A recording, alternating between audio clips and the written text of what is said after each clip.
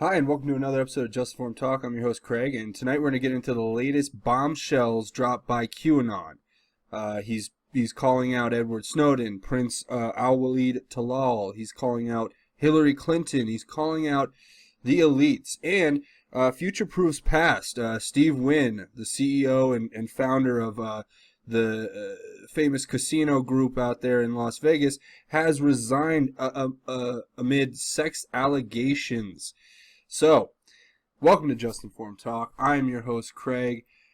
Thank you all for subscribing. I just want to start off by saying it's been a real blessing to have every single one of you check out the channel and check out the videos.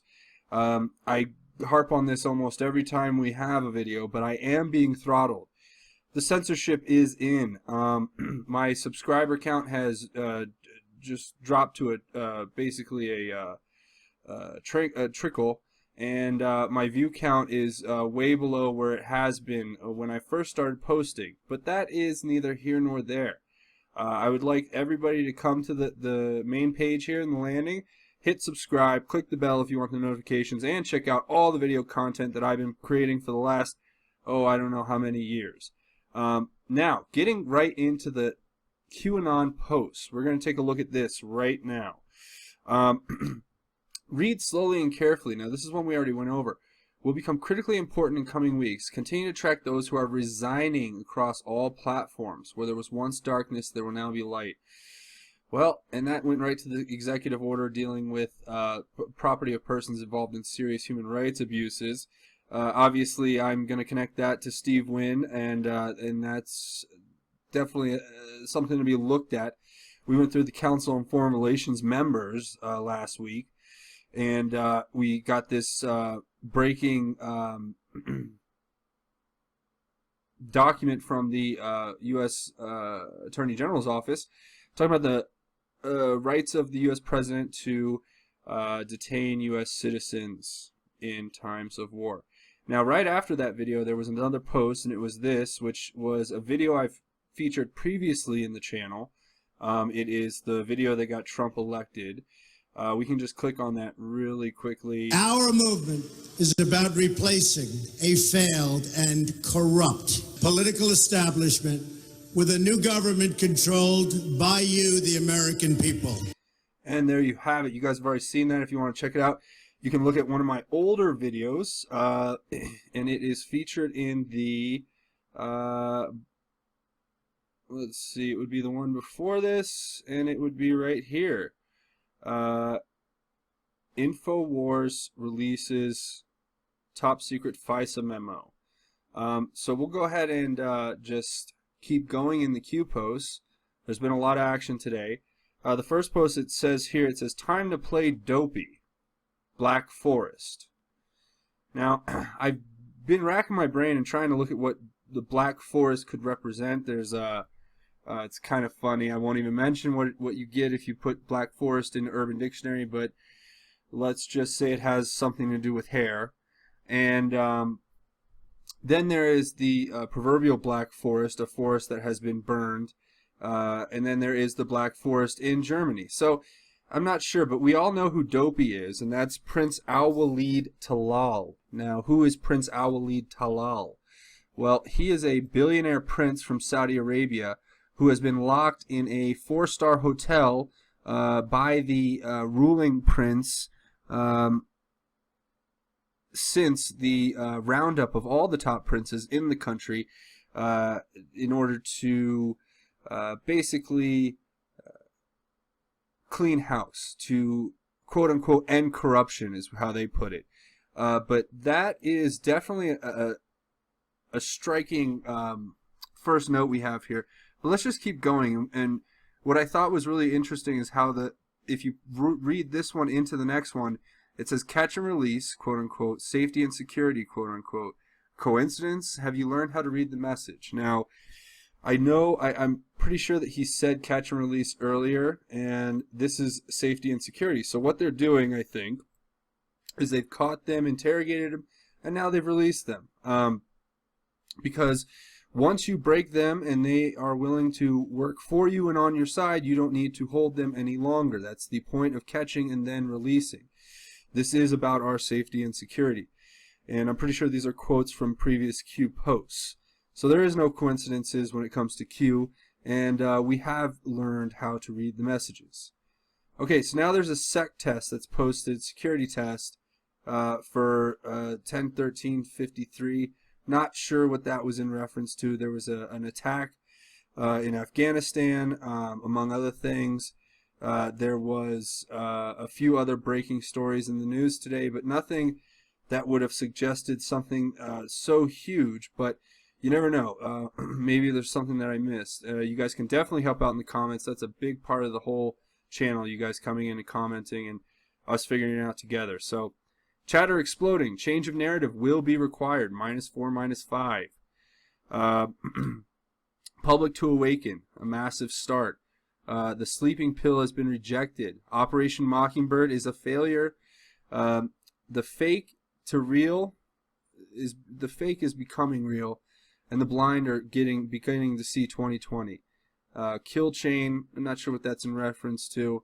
Where we go one, we go all.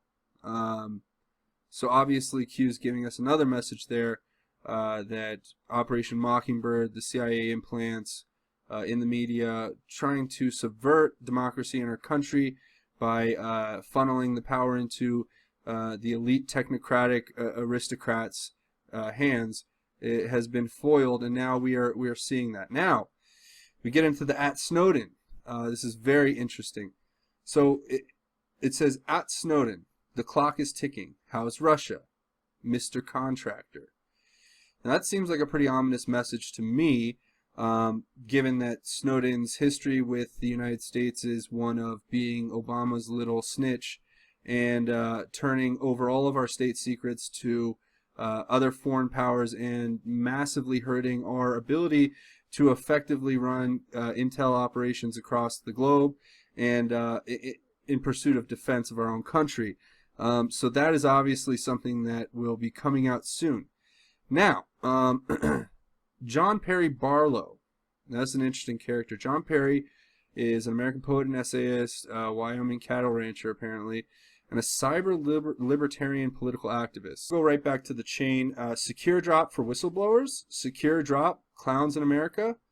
Nobody is safe. So I'm not sure if that's suggesting that John Perry Barlow is working for the CIA. So maybe don't go check it out. But either way, I think it's good to do the research yourself.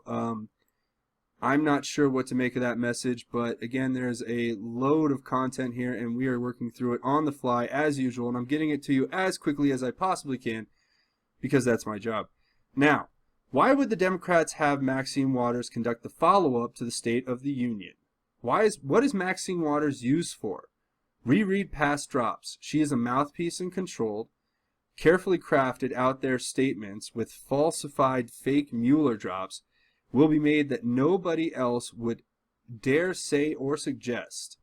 If you look at her, that's what she does. She says fake things that nobody else would dare say or suggest. So I think she's obviously been compromised. She's a pawn. What do they expect is coming? What must be said to provide a counter-narrative? What might be said to attempt to discredit factual proofs coming? How do you keep people blind? What must you feed them? So those are all what you would call leading questions, because they're leading to this statement right here, which says every mainstream media news station next week will be saying and pushing the exact same counter-narrative. Fake news. Mueller, fake news. Russia, Russia, Russia. It's all going to be fake. Should that fail, expect a major false flag to force a shift. Predictable. We see all, we hear all. Wizards and warlocks. These people are really dumb. Well, I think that's fairly obvious if you read that message. It goes into the fact that the mainstream media is all going to get their same talking points, and they're going to be putting out those talking points for you to eat up. It's what they feed you to keep you blind.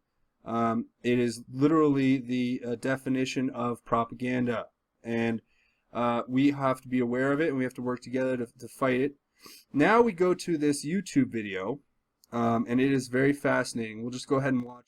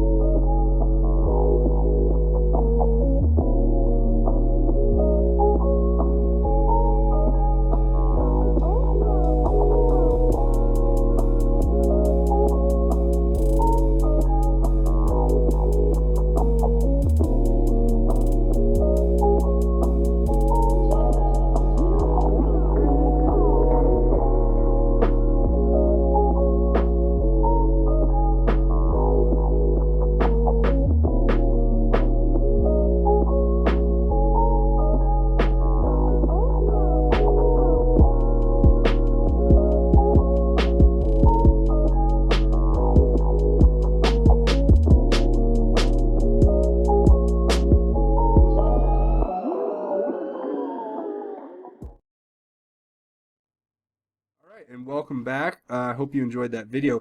Now we're going into the next post from Q, which actually has, I want to say Richard Byrd, the former senator, and Hillary Clinton, and in a loving embrace there. And then there's Byrd with his Ku Klux Klan outfit that he seems so proud to be showing off. So, you know, it's funny how everything that they accuse us of being. So now the whole narrative has shifted to he's, you know, Trump and his cabinet. They're all white supremacists. Well, no, the real white supremacists are pictured right here, hugging Hillary Clinton. And in the next video that we're going to look at, you're going to learn a little bit more about that. Okay, so now this is a very interesting one. It says, learn some history. The 13th Amendment abolished slavery. 100% Republican support, 23% Democratic support. The 15th Amendment, the right to vote for all. That was 100% Republican support and 0% Democratic support. The 14th Amendment gave citizenship to freed slaves. That's 94% Republican support and 0% Democratic support. And then I guess the insinuation here is that Obamacare had 86% Democratic support and 0% Republican support, because we all know Obamacare is a failed system that's meant to collapse our healthcare system and turn it into a single-payer system where the government controls all the means of healthcare in the country, just like in Britain with their good old NHS, which, as we know, is a nightmare. If you have a disorder or a condition that you need immediate assistance with, you can be put on lines, as they call queues in Britain, no pun intended, that you will sit on for days, weeks, months, years, until you even get a chance to see a doctor. Now it says here, do you trust your black leaders? How much are they worth? Reconcile. Now I think that's pretty pointed. I think that's pretty direct. I think you have to look at each person. You can make a decision based on the content of their character and not the color of their skin. But these people are the ones who we need to look at, just as we do all leaders, and see where do they get their money? How much are they worth? And how much are they hiding? And why are they hiding how much they are worth? These are all good questions. Now, this video is going to be the one that explains the relationship of Hillary Clinton to Mr. Byrd. All right, to Senator Byrd. Here we go. Today, our country has lost a true American original, my friend and mentor, Robert C. Byrd. Senator Byrd was a man of surpassing eloquence and nobility, and I will remember him for many things, but most of all, for a heartfelt comment he made to me in the dark days following the attack on our country on 9/11. My state of New York was reeling, and we were scrambling to provide support and relief. Think of me as the third senator from New York, he said, and he meant it. Thanks to the leadership of Senator Byrd, who chaired the Appropriations Committee, New Yorkers and Americans got the help we needed. I will never forget his devotion and his friendship in that critical time. It is almost impossible to imagine the United States Senate without Robert Byrd. He was not just its longest serving member, he was its heart, its soul, and its historian. From my first day in the Senate, I sought out his guidance, and he was always generous with his time and his wisdom. I admired his tireless advocacy for his West Virginia constituents, his fierce defense of the Constitution and the traditions of the Senate, and his passion for a government that improves the lives of the people it serves. As Secretary of State, I continued to rely on his advice and counsel. I've been grateful for the support he provided as a leader of the Appropriations Committee to our diplomats and development workers as they serve our country and advance our interests all over the world. Robert C. Byrd led by the power of his example, and he made all of us who had the honor of serving as his colleagues better public servants and better citizens. After more than 5 decades of service, he left an indelible imprint on the Senate, on West Virginia, and on our nation. We will not see his like again. I am heartened to know that Senator Byrd is now reunited with his beloved Irma, the high school sweetheart who became his wife of nearly 70 years, the love and light of his life. My thoughts and prayers are with their children, grandchildren, and great-grandchildren. Robert C. Byrd left such a legacy. All right, and I hope you enjoyed that video. Now we're going to follow it up with another one. But I'll start with reading the quote. Super predator, bring them to heel. Define heel. Of a dog, follow closely behind its owner.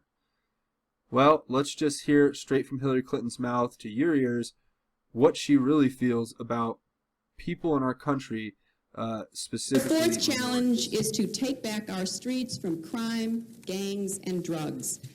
And we have actually been making progress on this count as a nation because of what local law enforcement officials are doing, because of what citizens and neighborhood patrols are doing. We're making some progress. Much of it is related to the initiative called community policing, because we have finally gotten more police officers on the street. That was one of the goals that the president had when he pushed the crime bill that was passed in 1994.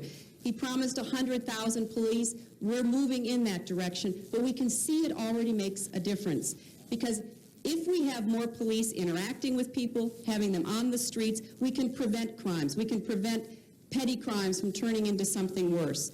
But we also have to have an organized effort against gangs. Just as in a previous generation we had an organized effort against the mob. We need to take these people on. They are often connected to big drug cartels. They are not just gangs of kids anymore. They are often the kinds of kids that are called super predators. No conscience, no empathy. We can talk about why they ended up that way, but first we have to bring them to heel. And the president has asked the FBI to launch a very concerted effort against gangs everywhere.